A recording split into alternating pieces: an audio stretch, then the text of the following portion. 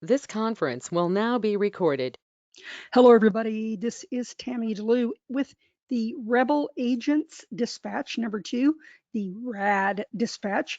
And I'm glad you've joined me today. If you're on this call, it means that you're probably either thinking of becoming a Rebel agent, you already are something of a Rebel, or you're just curious. You just want to know what it's all about. So today's topic, and I try to keep these things under 15 minutes if possible, sometimes even less than that, but today's topic is kind of a weird, convoluted, obfuscated, bizarre topic, and that is, what is the relationship?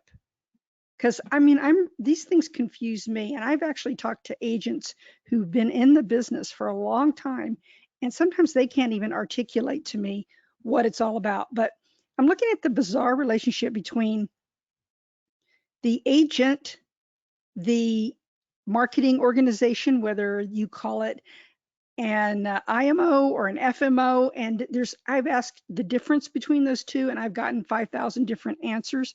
So if you know the real difference between the two, let me know. Somebody told me, well, FMOs mostly health insurance. I've never heard that. FMOs are life insurance, IMOs are annuities. I don't know. But those marketing organizations, the agent, the wholesaler, and the insurance carrier, the issuer. So we're going to look at those today, and we're going to see, do you really need the ones in the middle at all? And if so, how do you know you've got a good one? I don't know. This is what I've been able to put together just from years of working with people in this industry. I myself, I am a licensed agent, but I never sold anything other than life insurance and property and casualty. So I've never sold an annuity, although I've got all the training or whatever to do it. I just don't do it.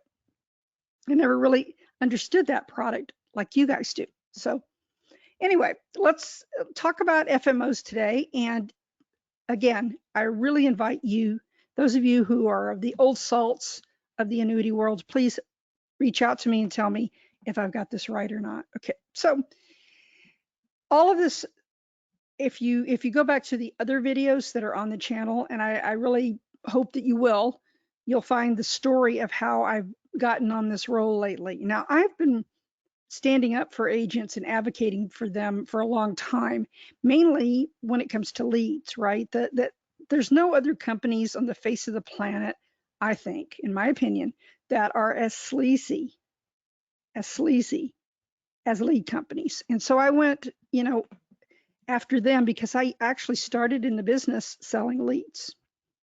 Started in the business selling insurance for buildings, and then went into the lead generation business thinking I was doing a good thing, because agents would come up to me and go, how do you get leads? I need leads. It was like heroin addiction, as I've often said, or donut addiction, right? So let's look at these FMO IMOs today and see if my observations are correct. And those of you who are unhappy with your IMO, FMO, whatever, please know that I am not one, and I am not affiliated with one. But if you have some questions, I do know there's a handful of good ones out there, and I know who they are, and I know some of the people over there, and I can put you in touch with agents who've used those better marketing organizations, and they can tell you their experience. Make up your own mind. I don't really have a horse in that show. So here's the deal. FMOs, IMOs, they're like blowing smoke in your face a whole lot, right? That's how they think of rebel agents, just like that. They're trying to get you to break character and to end up working for them, but in reality, they're supposed to be working for you. So the first telltale sign that you might have a bad FMO is if they don't do anything for you. So are you a rebel? Are you thinking of being a rebel? Because being bad feels good, right? Now, in this instance, to me, it's twisted around. The good agents, what they call the good agents, what the marketing organization considers to be the good agents, I consider to be the bad agents. In other words, they're the heavy hitters, the big swingers, the killers. They go for the jugular. They're out there making those sales, but they're not necessarily doing the best thing for their clients. In my book, a real rebel agent is somebody who's putting the client first, somebody who's actually acting like a fiduciary, even if they don't have a little symbol that says they're a fiduciary, even if they haven't gotten a certificate or gone to school and become a fiduciary, they're still acting as if they have that duty, and I think they do. So your FMO, IMO, this is how I see them. They are Mo, Curly, and Larry. They are the Annuity Stooges Alliance. So that's the FMO. They're the middle people. And what I see their function is recruiting, right? That's their big emphasis, is recruiting. And they recruit thousands and thousands of agents in hopes of finding one that they can nurture, that they can appropriate their work product and make money off of it, right? So they're looking for, trust me, they are not looking for potential. They are looking for already there. Now, you may have some individual marketers in these organizations that are pretty decent people, and they're actually going to try to help you. But for the most part, they're looking for the low-hanging fruit, right? So if you're not producing, let's say, I would say typically they're looking for people that produce $5 million in premium a year at least. And some of them won't even talk to you if you don't do at least 3. So this tells you something right there, that they're not in it for improving the industry. They're not in it necessarily for nurturing you. They're in it to make a lot of money and maybe not do anything for that money, because they're taking a slice of your slice. And what happens in these organizations is the marketers get a slice of the FMOs slice of your slice of the wholesaler slice or something like that. I mean, everybody's got their hand out basically. Let's check this out real quick.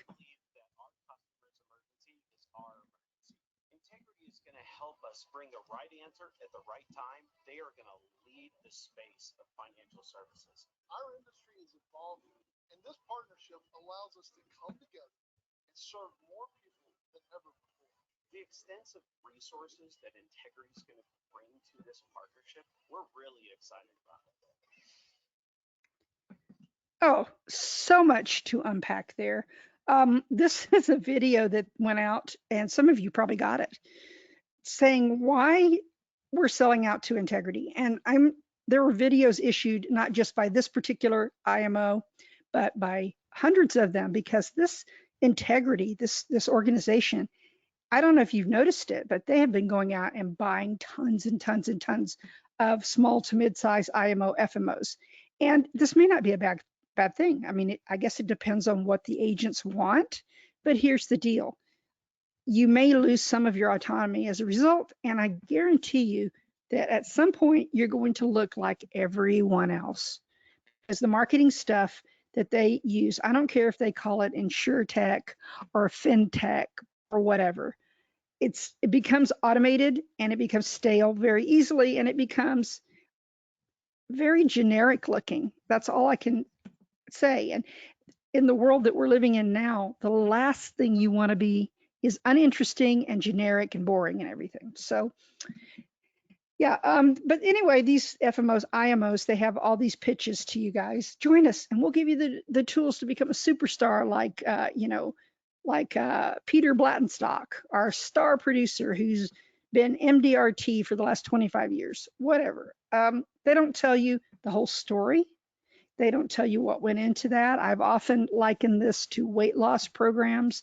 Yeah, you could lose 40 pounds on the new Fat Slim diet. So you get into this thinking you're going to get results like that. You don't see the fine print that says results not typical. And this is the same pitch they use. Now, you say, well, commissions aren't all that to me. I realize you have good contracts, but I probably can go out there and find my own good contracts because I'm good at this. What else you got? You got leads. And they'll say, yeah, we've got a lead generation program that is it's so proprietary. It's so awesome. We can't even tell you much about it. It's so good. We're going to get you 25 leads a month and you're going to close 80% of them. And you've heard the pitch. All of you who've been in this business, whether you sell life insurance or whether you sell annuities or both, you've had at least one or two recruiters trying to get you, right? And they'll say, we have something nobody else has. We have this wonderful sales funnel. We have this CRM that will knock your socks off, blah, blah, blah, blah. They also offer you a lot of freebies. And as I've said in previous videos, freebies are never free. Somebody pays, and usually you pay in terms of not controlling your own processes and not controlling your own collateral, your own material, your own content. So remember, when it's free, sniff, sniff, sniff. And if it doesn't pass the sniff test, don't do it. So again, their idea, their goal is to get you to move all your contracts over to them, and they're dangling lots and lots of carrots, which may or may not be nutritious for you. Then I think you have the wholesaler just above these marketing organizations. Now, correct me again if I'm wrong with this. This is, I mean, this is the hardest stuff to figure out in the world. It's worse than trying to figure out a multi-level compensation chart. It's like crazy. I don't know how you keep up with all your commissions, honestly, but the wholesaler is above, and the wholesaler could be some company like maybe Aegis. That's a typical one, right? I think, is Broker's Choice, were they an IMO or were they a wholesaler? I don't know. But the wholesaler has the relationship with the carrier. This is what I figured out. And they've negotiated and they've promised a certain amount of volume to that carrier in exchange for a better contract. And then they can slice off and divide that contract or assign that contract at any other level they want to the FMO. And then the FMO in turn, I guess, gets to decide how much they're going to pay their agents on overrides for selling that particular product, okay?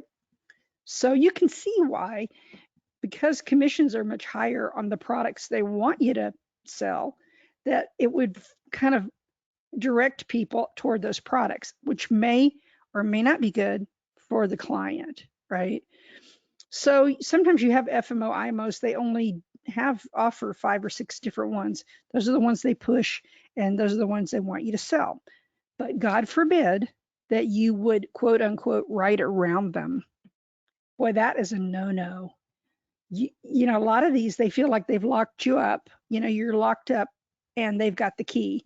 And if you dare sell Mrs. Smith an annuity that they don't represent, or another product or whatever, they fall apart. They actually throw down. I've seen temper tantrums over this, right?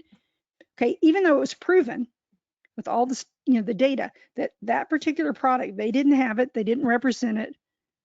Someone had to go outside and get it, but it was better for that client. Even knowing that, they're still angry.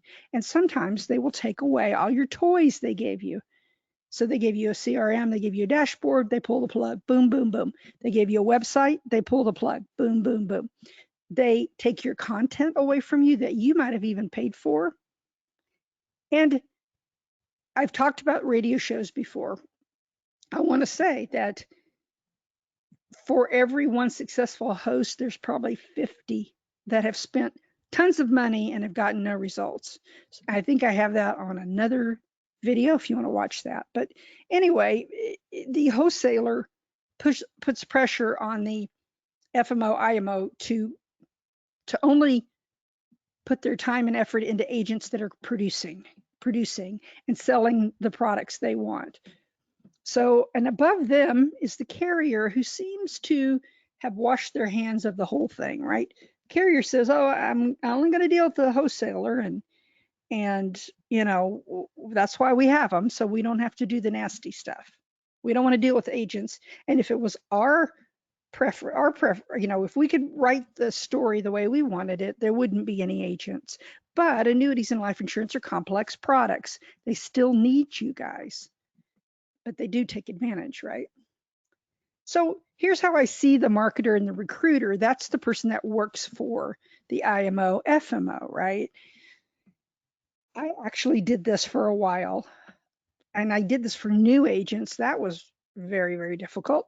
For a major carrier, I was working for one of their sub agencies, and they don't pay you Generally speaking. Now, some places do, I guess, but for the most part, you don't get paid an hourly wage. You get paid to recruit. You get paid a percentage of the guys that you recruit successfully. You get part of their overrides. So you have to be pitching them all day long. And then when you get a big fish or a whale, whatever you want to call it, then you celebrate with all the money you're going to make. Maybe you haven't done anything except convince them to go with ABC FMO. That's it.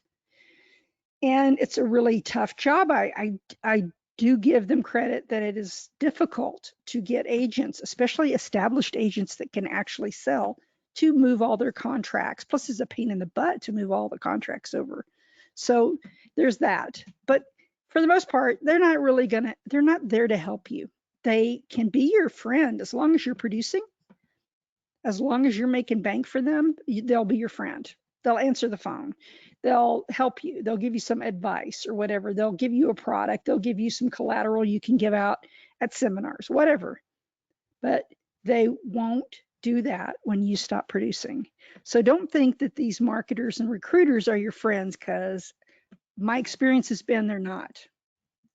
Now, you've got the superstar agents those are the ones at the conferences.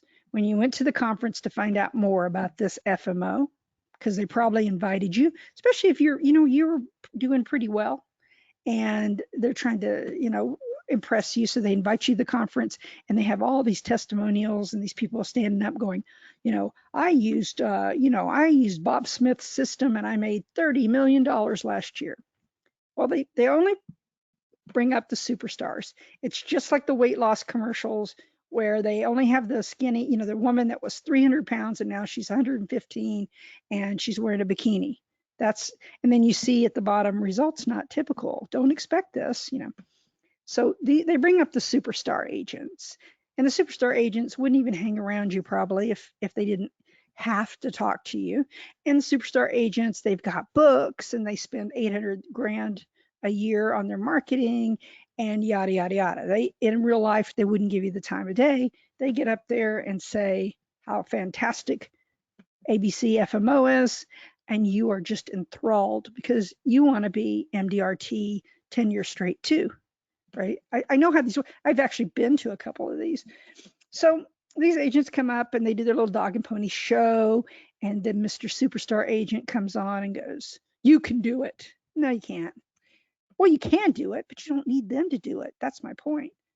You don't need, I have not seen all these years I've been doing this, and I started back in 2004. I've been to Las Vegas a couple of times for these conferences that they hold. I have not seen any of these marketing organizations, maybe two of all these years, that actually had something unique and truly unique and truly beneficial for agents. Most of the time it's the same old stuff. They just repackage it. They call it something different. They give it a fancy name, but it's nothing that you couldn't do on your own for a lot less money than they're taking out of your check, right? Now, again, I have had guys try to sit down with me. I remember a few years ago, I had a guy in Detroit sit down with me and try to explain the hierarchy of how these things work. And you can easily see it is a lot like multi-level marketing fundamentally. You can see multi-level got some of their ideas from the insurance industry, but I still can't figure out how all the things work, because there's basis points and you get a half a point for this and that, and you get a bonus, and so-and-so gets a percentage of so-and-so's, and there's sub-agents and I don't get it. Okay, it's just too convoluted. Again, I don't know how you keep up with it, because I used to be an affiliate marketer and I used to have like 4 or 5 affiliates, and it was hard to keep up with those. So kudos to you guys for being able to do that. But when you try to explain it to anybody, maybe your significant other, this is kind of their reaction. It's like sounds like a big pyramid scheme. Sounds like only the people at the top are really making money. And that may be true, right? This is you though. You're a rebel agent because you're on this call and you're thinking about becoming a rebel agent, or you want to know what it's all about. You are cool. you're going to sit down in your big old chair and you are going to not even break a smile, and you're going to listen to what the IMO FMO is pitching, and you are going to say, nah, I don't want that. Because I've had more than one agent tell me that you don't need them, that you can go out if you're a good enough agent and negotiate all these contracts yourself, or you can find a little boutique IMO FMO that's not out to recruit you, that you have to go to them and ask to join, one of those good ones. You actually have to apply for them. Now that's a good sign. If they don't have recruiters, or they have very understated recruiters, or they just have mentors, they don't have recruiters, they have actual agents that will mentor you, that's a good sign that that may be a decent IMO FMO.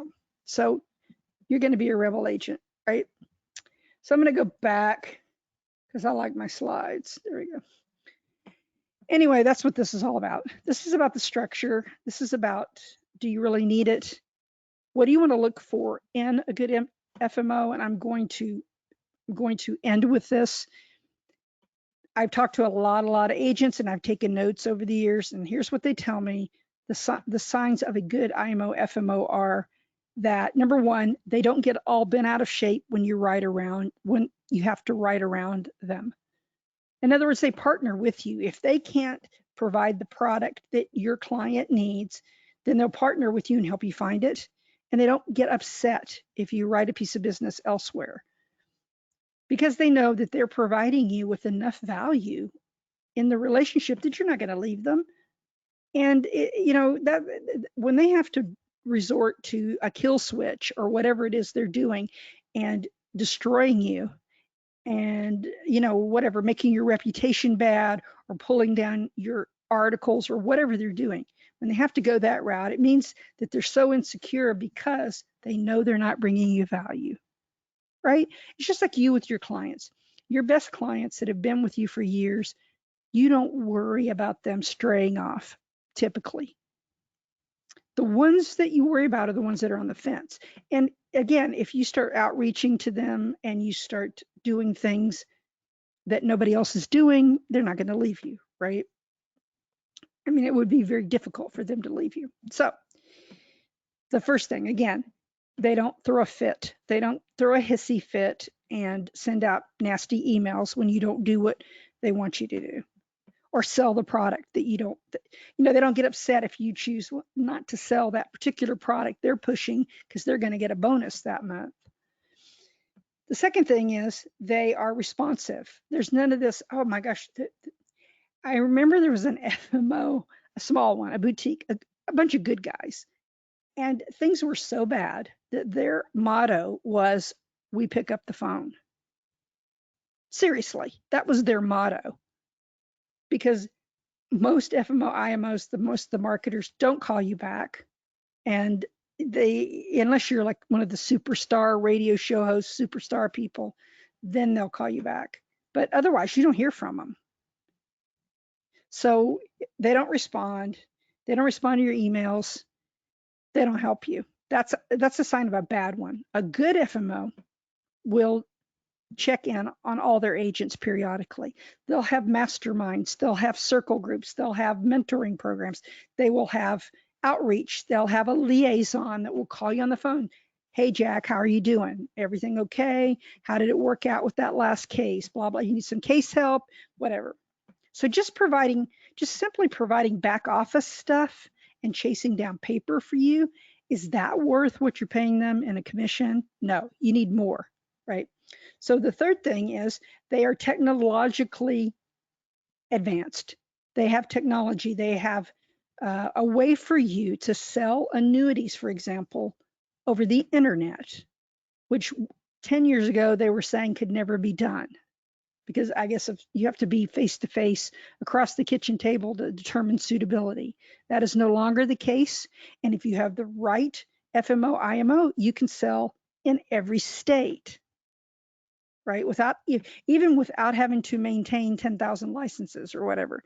So that's a definite plus, especially for you younger people, because the next generations that are coming up that are going to be your target market you're going to run out of boomers. So you might as well just get out of the boomer mindset, move into Gen X, millennial, and to a certain extent, depending on what you do as a financial person, maybe even Gen Z, right? So they all expect and they're all used to doing things digitally. So if your FMO IMO is any good at all, they're going to help you go digital. That's the third thing. The fourth thing is they're transparent with you about contracting. They're transparent about their relationship with the carriers, their relationship with the wholesaler, whatever. They're always transparent with you. They're not trying to pull a fast one, right? And the fifth thing that you're looking for in a good FMO IMO is unique marketing, customized marketing, not cookie cutter marketing. I mean, there's one FMO that creates these websites for their advisors. Now they may be free, whatever free is, but they all look the same. I mean, it's just like, do you want website A or website B? There's very little customization, very little creative content inside them, very little to distinguish you from the other 500 agents that they have. So I would say that a good FMO IMO will give you the tools you need that are unique to you and that set you apart from everyone else, okay? So if you don't have that, again, with your IMO, FMO, I'm not recruiting. I'm a content creator and I do public relations. I do press releases and things like that. I do have a website designer that is used to designing for financial people. And I have somebody that knows how to write compliant material. This is what we do. We are not interested in your commissions. We are not interested in getting a piece of the action. As a matter of fact, we've been offered that and we don't want it. What we want is for you to be successful as an agent, and we want the good agents to prosper. Because there's a lot of seniors out there, frankly, they're getting ripped off. Still, with all the regulations that we have in this country, there's still bad actors out there, and there's still people getting ripped off.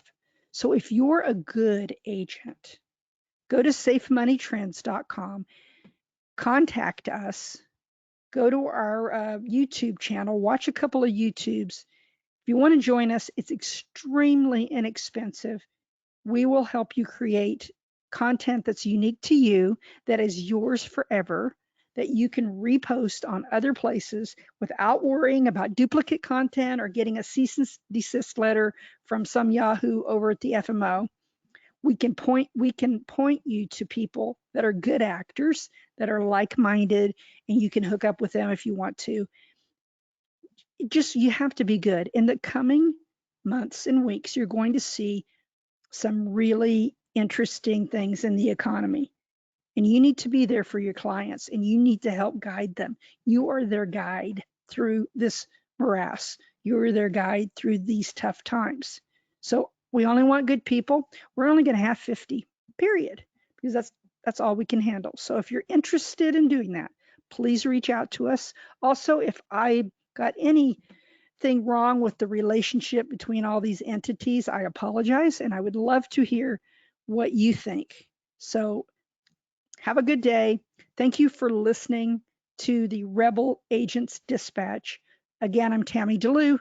Reach out to me anytime you want. Look forward to hearing from you.